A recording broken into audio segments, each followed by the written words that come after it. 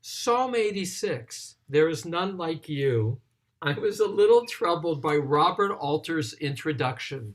So some of you know Robert Alter, the great professor of literature at Berkeley, who just finished translating the entire Tanakh, a 25-year project. Here's what he says at the beginning. The poem begins with a formula of the Psalms of supplication, and this psalm is highly formulaic from beginning to end. A reader who has been going through the book of Psalms in sequence by this point will have encountered almost every line of this poem with minor variations elsewhere.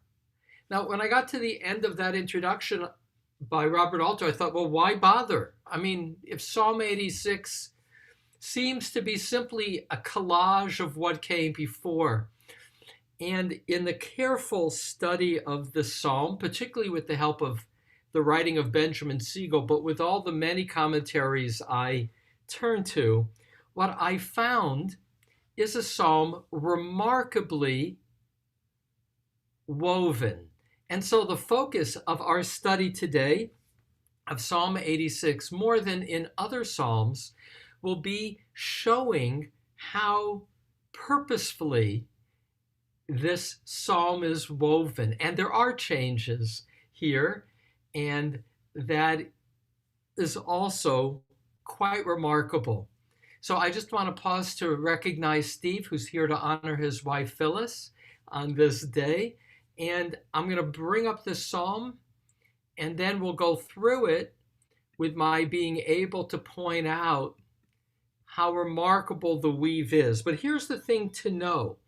The psalm is essentially divided into two parts. Per part 1 to 7 will be reasons to help me.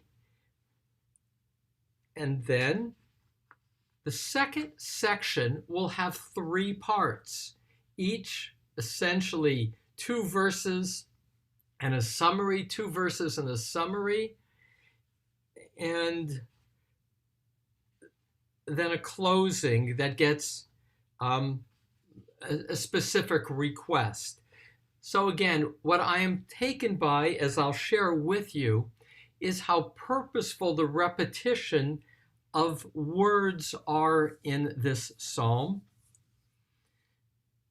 and how, again, I delight in it. The first thing to note, even before I again get it to reading, is this psalm is entitled Tfilah LeDavid, a prayer of David. That's an expression that only appears in one other psalm, and that's Psalm 17 at the beginning, though there will be 3 other psalms, meaning a total of 5, that have this word prayer as part of the introduction.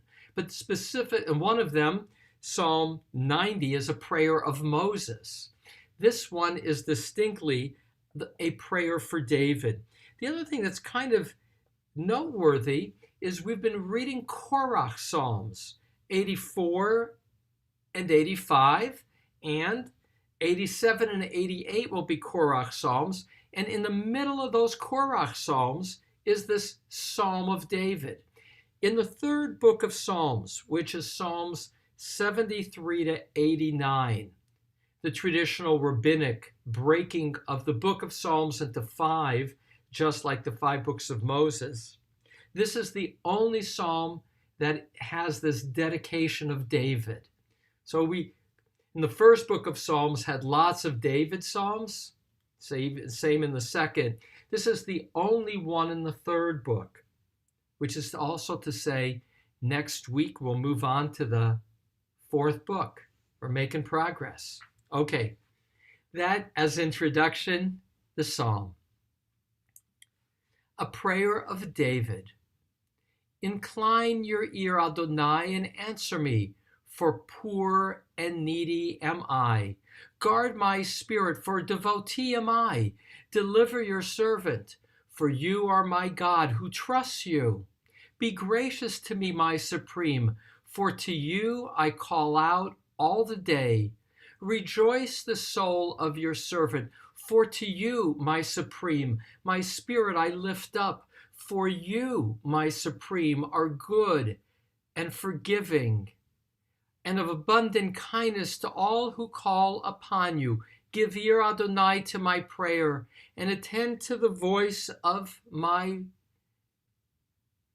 pleas for grace. In the day of my straits, I will call upon you, for you will answer me. There is none like you among the gods, my supreme, and there are no works like yours. All nations whom you have made will come about before you, my supreme, and glorify your name. For great are you, who does wondrous things. You are God, you alone. Ata Elohim levadecha. Teach me, Adonai, your way, so I may walk in your truth. Unify my heart to fear your name. I will thank you, my supreme, my God, with all my heart, and I will glorify your name forever. For your kindness is great upon me, and you have saved my spirit from Sheol's depths. God, the arrogant have risen upon me, and a gang of the violent seek my spirit, those whom have not set you before them. But you, my supreme, are a God of compassion and grace, slow to anger and abundant in kindness and truth. Turn to me and be gracious to me. Grant your strength to your servant and deliver the child of your maidservant. Make for me a sign for good, that those who hate me may see it and be ashamed. For you, Adonai, have helped me and comforted me. And so now for the elegance of construction. Some things to know in terms of the framing. I mentioned that the first section is 1 to 7. And the opening inclusio, the key words that are found in 1 and 7 are answer me, aneni, and you get that in 7, ta'aneni, answer me. You have also the word ki, for I am poor, but the word for, ki, I am poor and needy am I. And again, the first section, ki ta'aneni, for you will answer me. When I call to you, ekra echa, and that's the theme here of lend your ear, incline your ear, Adonai. So that too is that sense of that being a unit. The thing that gets repeated over and over in this section is the word ki, the word for I am. It's like why, incline your ear, Adonai, and answer me, and then for, because I am poor and needy. And you'll get that same word, ki, in verses 1, 2, 3, 4, 5, and 7. So every verse, except for 6, will have this word ki. And the nature of this first part of the psalm is God, it's deeply personal. And a key word in verse 3, chaneni, be gracious to me. Chen means to give, expecting nothing in return. In the Talmud, they'll point out that there is a relationship between chen in Brachot 7a and chinam. Chinam means free. Even though I may not have merits to pay for your kindness, nonetheless, you are gracious. And this word chen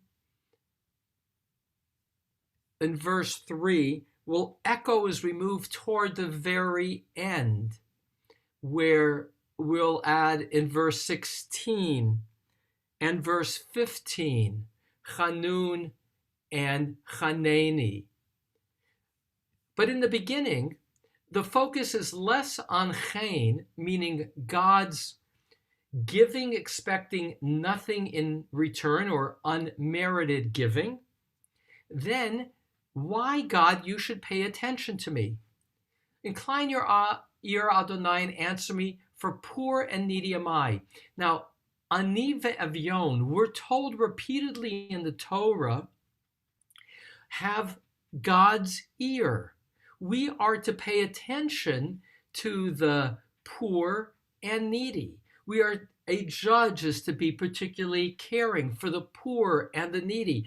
And so we're saying, God, what you say we should do and what you say you do, well, that's one of me. That's who I am. So answer me, because I am poor and needy. Now again, poor and needy might begin with the physical. That's a possibility, though it will not be said again. So it's a beginning point, but then it'll move to, if you will, the spiritual. And therefore, some of the commentators will even understand poor and needy as not a physical description, but poor of spirit and needy of spirit. And that's possible. Guard my spirit, for a devotee am I. This word chassid. So when we get chassidut, for instance, the idea of to call oneself a chassid, as in Hasidism later, will be here as an example. For God, guard my spirit, because I am devoted to you. You are my God. I trust in you.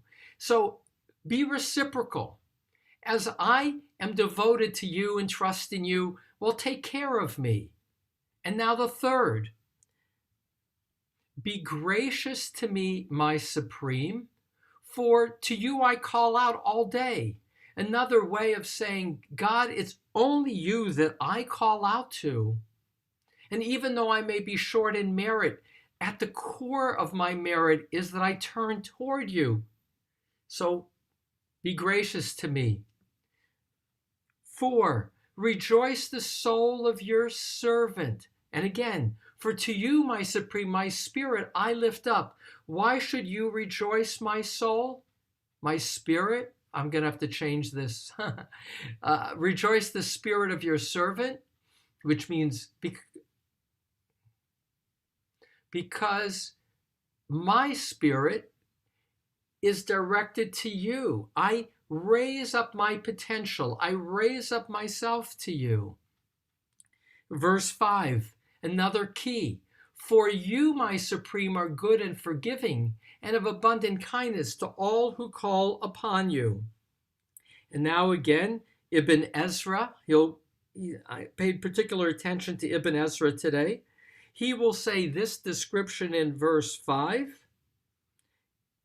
Tov v'salach v'rav chesed l'chol korecha. That has a echoing that we'll see of Exodus 34:6.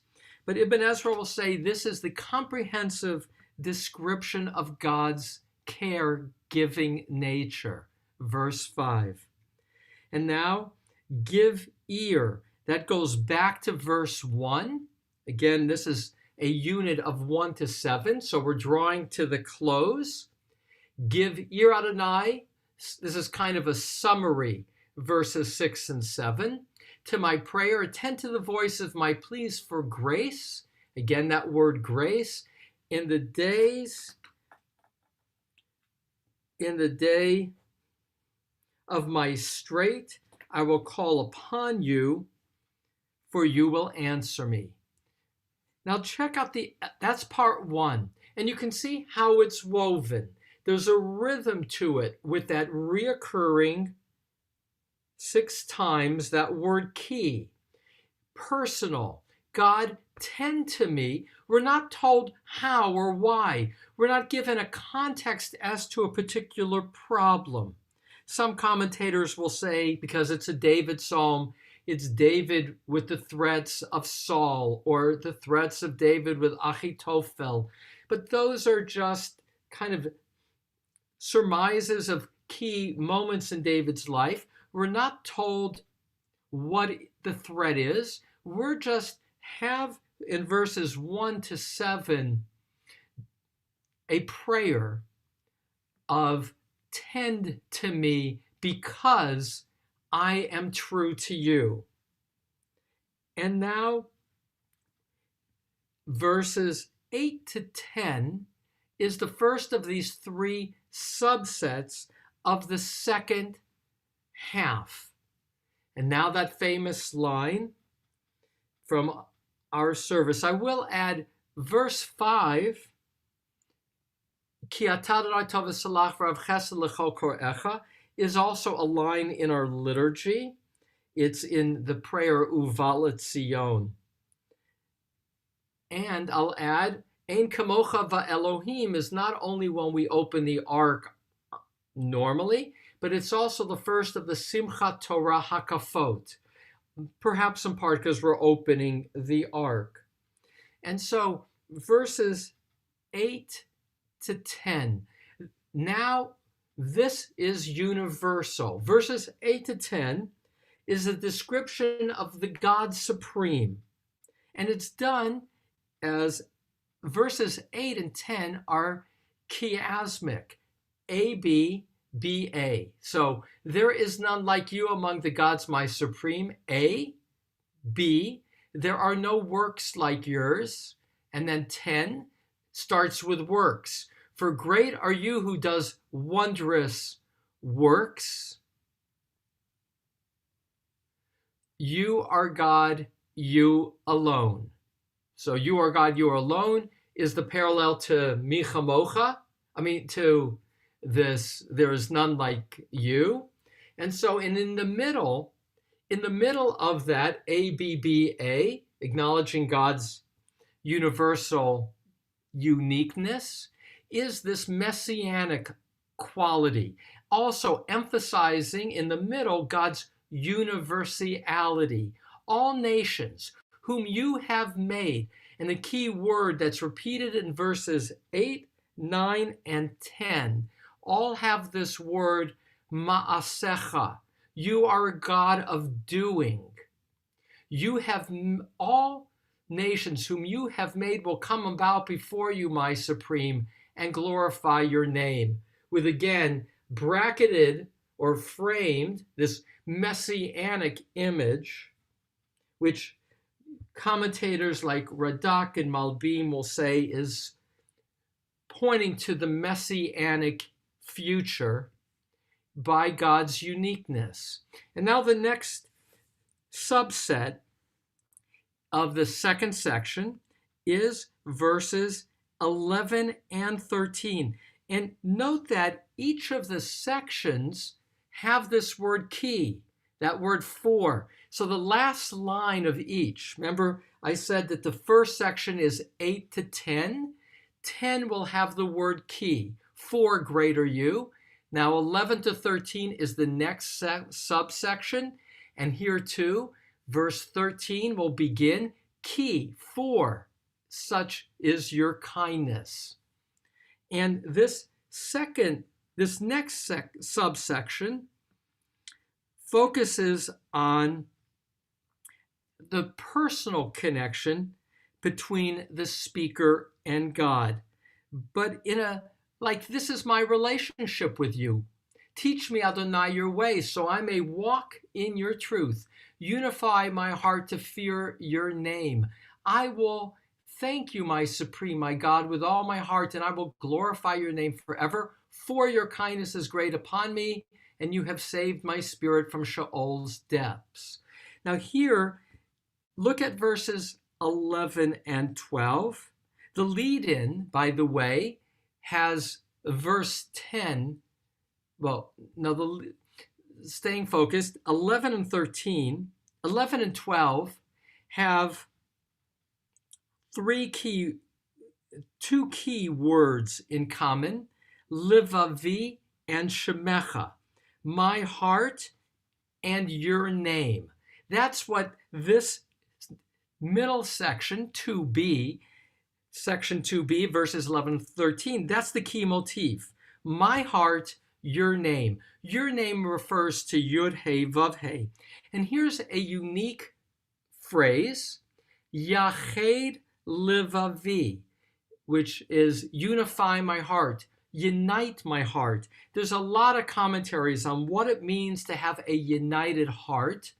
And verse 12, we get B'chol Livavi, with all my heart. And again, Shimcha, your name, is in verses 11 and 12. Teach me, and I will be grateful. With all my heart, I say there's a lot of commentaries. That's the quality of being united in one's heart, or if you will, a quality of mindfulness, where all of one's being is focused on God, not distracted by financial, not distracted by yearnings, not distracted by the Yetzer Hara. This double Vav in 11 and 12 for Livavi, my heart, is an added Vav. It appears elsewhere. So Deuteronomy 6:5, V'hafta and Elhecha b'chol livavcha, and you shall love the Lord your God with all your heart. Deuteronomy 6:5, right after the Shema. There will be in the Sifrei, the commentary to Deuteronomy, the comment that there's two vavs because we have two inclinations: the inclination of selfishness and the inclination of altruism. Yetzer Hara and Yetzer Hatov, both are present in the service of God. And now, verse 13 kind of sums it up. For your kindness is great upon me, and you have saved my spirit from Sheol's depths. Rashi will comment, this is a David prayer, why the depths of Sheol, the lowest part, the nethermost parts of the underworld? Because for adultery, that's Leviticus 20:10, death is the penalty. Rashi will say this is in reference to Bathsheba. But that's, again, a commentary. Back to the structure. And that is verses now 14 and 13. 14 begins the final section, but there's a key word here in 13 and 14 that bridges, and that key word is alai, upon me. So in verse 13, great is your kindness upon me. In 14, the same word is the arrogant have risen upon me. So there's now the segue from a description of God's goodness to the threat, but using the same word, alai. Again, I'm just fascinated and honoring the weave poetically. And now verses 14 is the specific request, and that's the last phase of the psalm, of this prayer. God, the arrogant have risen upon me, and a gang of the violent seek my spirit, those who have not set you before them. That's always the image, that those who don't have God before them, unlike the psalmist, feel free to do whatever they want, have no constraints. But you, my supreme, are a God of compassion and grace, slow to anger and abundant in kindness and truth. That, of course, is a phrase that is familiar to many of us from our prayers from Torah, Exodus 34:6. And here's the key change. It's in God's description after having forgiven the people for the golden calf. God does a self-description. Adonai, Adonai, El Rachum V'Chanun, Erech Apayim V'Rav Chesed V'Emet. But here, there's one, it's all that quote of God's description, of self-description, but here, instead of Adonai, Adonai, Yud He Vav He, Yud He Vav He, here it's made even more personal. But you, va'ata Adonai, are my supreme. And so that's the key change. And now, turn to me and be gracious to me. Grant your strength to your servant and deliver the child of your maidservant. Two names of servants here in 16. One is male, essentially, the other female. Robert Alter would say they're just parallelisms. But the medieval commentators will point out that an avadecha is one who is a servant by choice. Ben amatecha is one who is born of a servant mother, meaning I was born into this state, and contrasting the two. Commentators will also point out how saying of himself that he is God's servant is high status. We're told of only two people explicitly in the Torah that they are God's servants. This again is a prayer of David. Psalm 89:4, we'll yet get to it, will have a line, Karati Brit, I have cut a covenant, Nishbati, and I so swore, LeDavid Avdi, to David my servant. And it'll say regarding Moses, Numbers 12, verse 7, that he was my servant, God speaking of Moses' uniqueness, which will get repeated in Joshua 1:2. So the notion of being God's servant, turn to me and be gracious to me, grant your strength to your servant, is aspirational. It's a high bar to be God's servant and deliver the child of your maidservant. Commentators will also play with the Zohar will comment that David identifies himself by his mother, not by his father. And in the Talmud, she's actually given a name, Natsevet bat Adiel, Adael. That's David's mother. We know his father is Yishai. And the Zohar will say, well, that's because David can be sure of knowing who his mother is, and therefore he honors her in this moment. And the closing line, make for me a sign for good, that those who hate me may see it and be ashamed. For you, Adonai, have helped me and comforted me. That's the specific request that the entire prayer has led to. Make for me a sign, an oath. Some translated as make for me a miracle. Ot l'tova. Ot can be a sign or a miracle, that those who hate me, we may see it and be ashamed. For you, Adonai, have helped me and comforted me.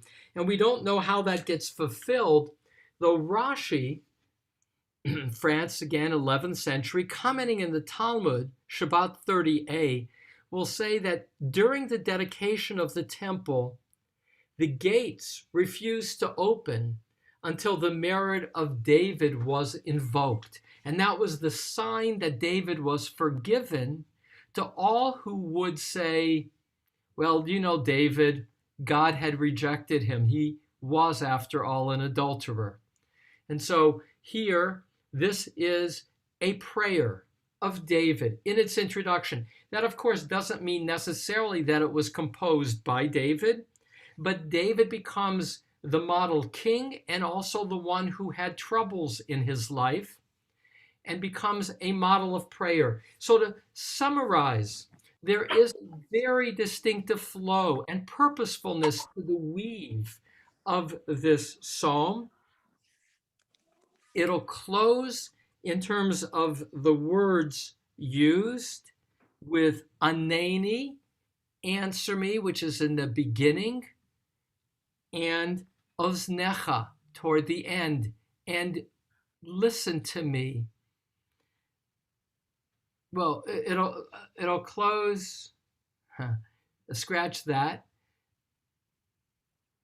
The punchline will stand on its own as the punchline, with the key word to circle here again, aseh, make for me.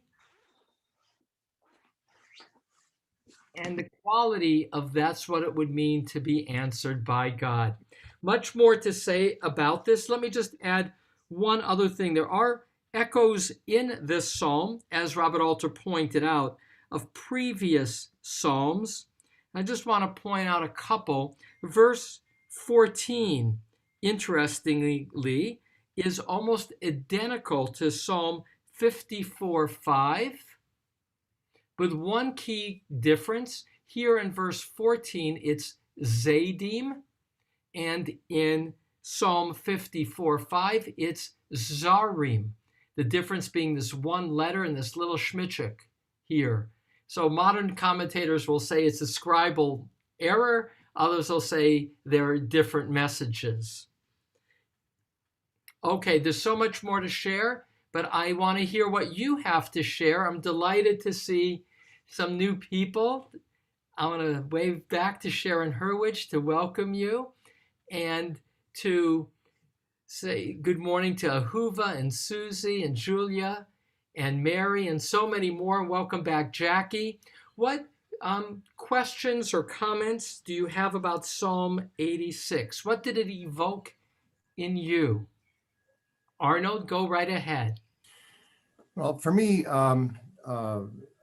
verse 14 and 17 are kind of the key.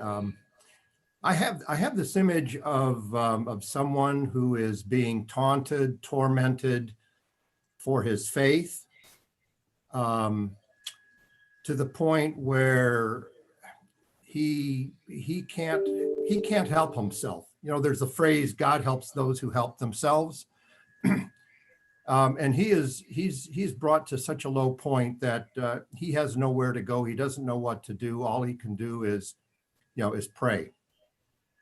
That's kind of the image that I have of the psalm. There's a lot. I think that's really beautiful in a variety of ways what Arnold shares. This is, again, that rare psalm that's called a prayer. And what Arnold says is, in fact, it's a prayer because this psalmist feels somehow taunted, and all he can do in response, because there's nothing specific that's being described other than feeling as if it's the arrogant who are shaming him, is pray to God, and pray to God to say, show them something, a sign, so they'll leave me alone and know that what seems to be the case is he's taunted for his faith in God, because he'll refer to these people who taunt him, the Zadim, as those who don't honor you. And I am a chassid. I am a loyal one to you.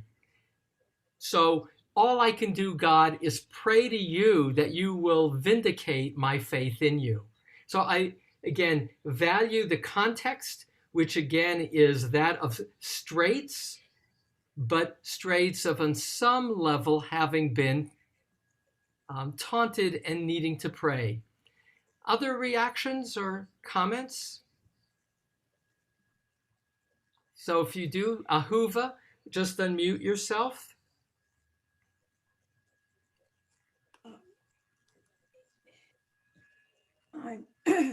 So far as I can remember, this is the most personal prayer that I have ever read. It's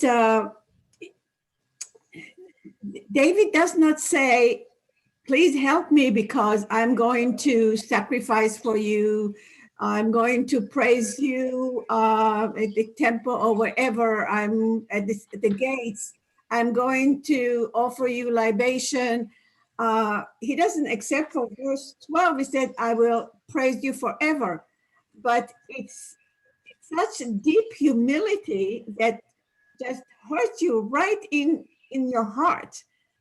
And it's very emotional and very personal. Yeah. Very meaningful, I think, for everybody. So I just want to echo and build on Ahuva's insight. You know, the last word in verse 1 that then is repeated in verse 2 is the word ani, am I, meaning that this is deeply about my opening my heart to you, God. And as Ahuva emphasizes, although the psalmist is describing his loyalty to God, he's not really asking anything except that last verse.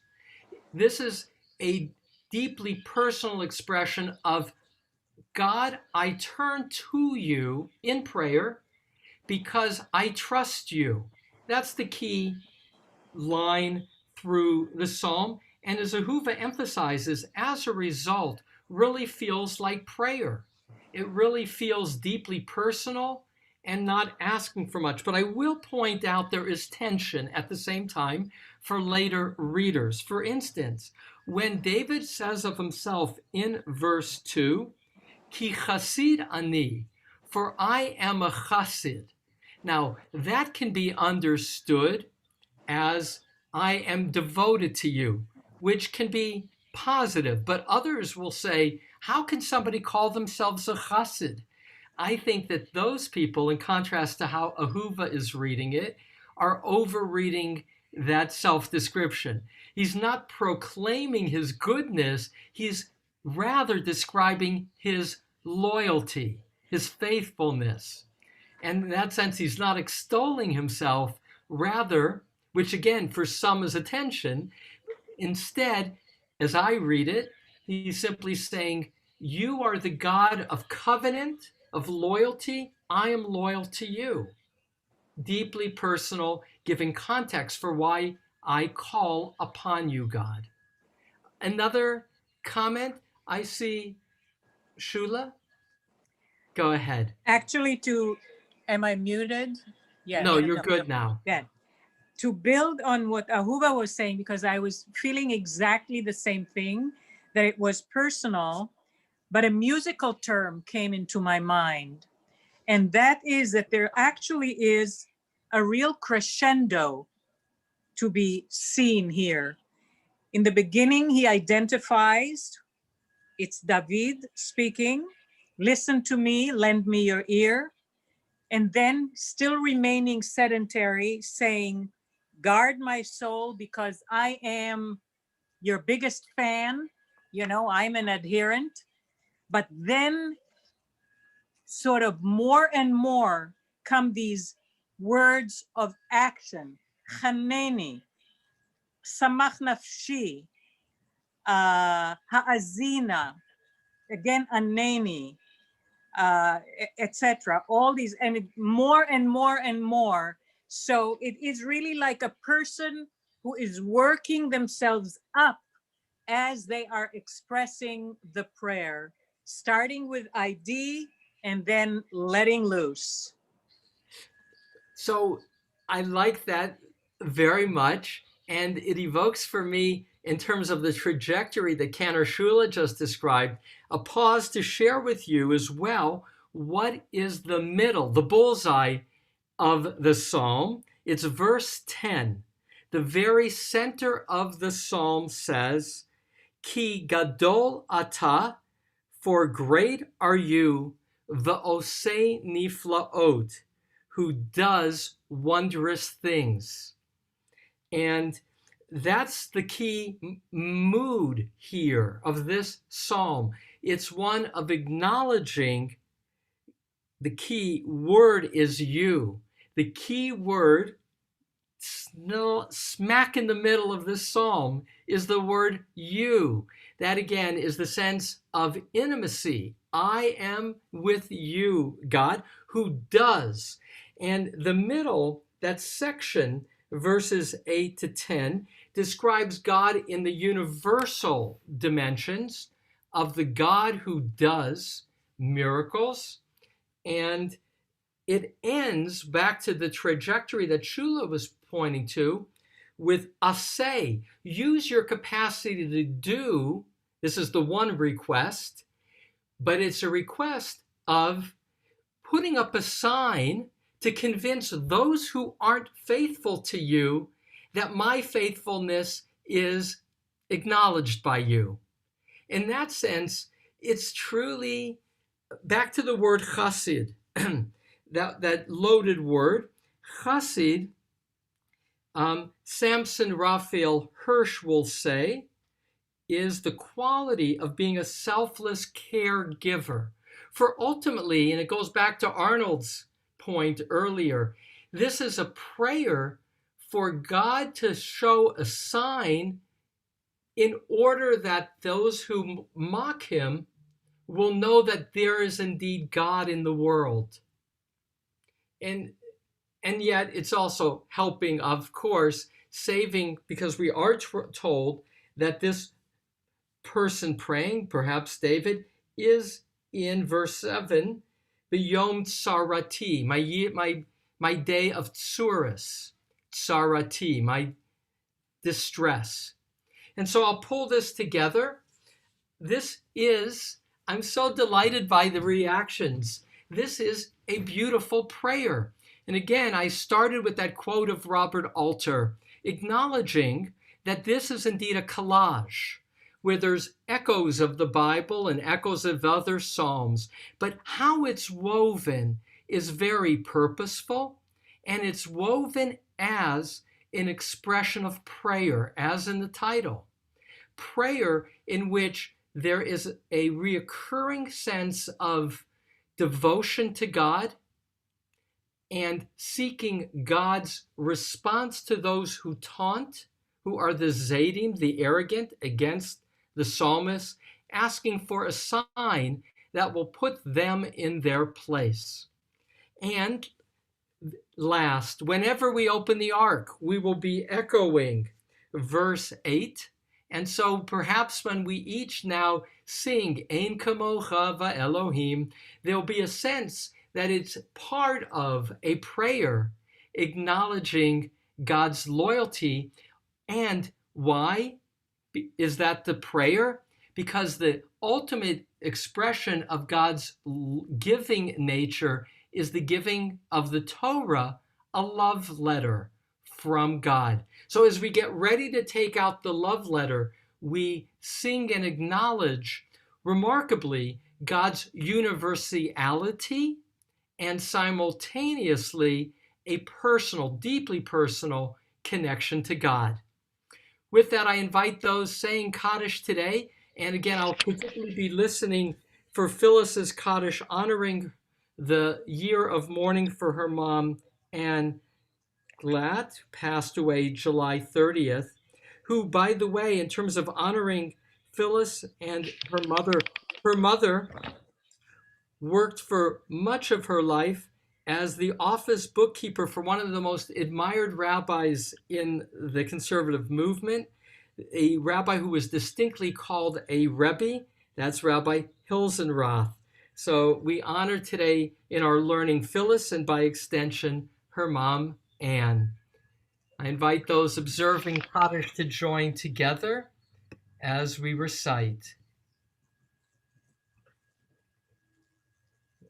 Yitkadal, Yitkadash, Shemei Rabbah, Bi'alma Divra Kirute, V'yamliach Malchutei, V'chayechon Uvyomechon, Uvchayei B'chol Beit Yisrael, Ba'agala Uvizman Karim, Imru Amen.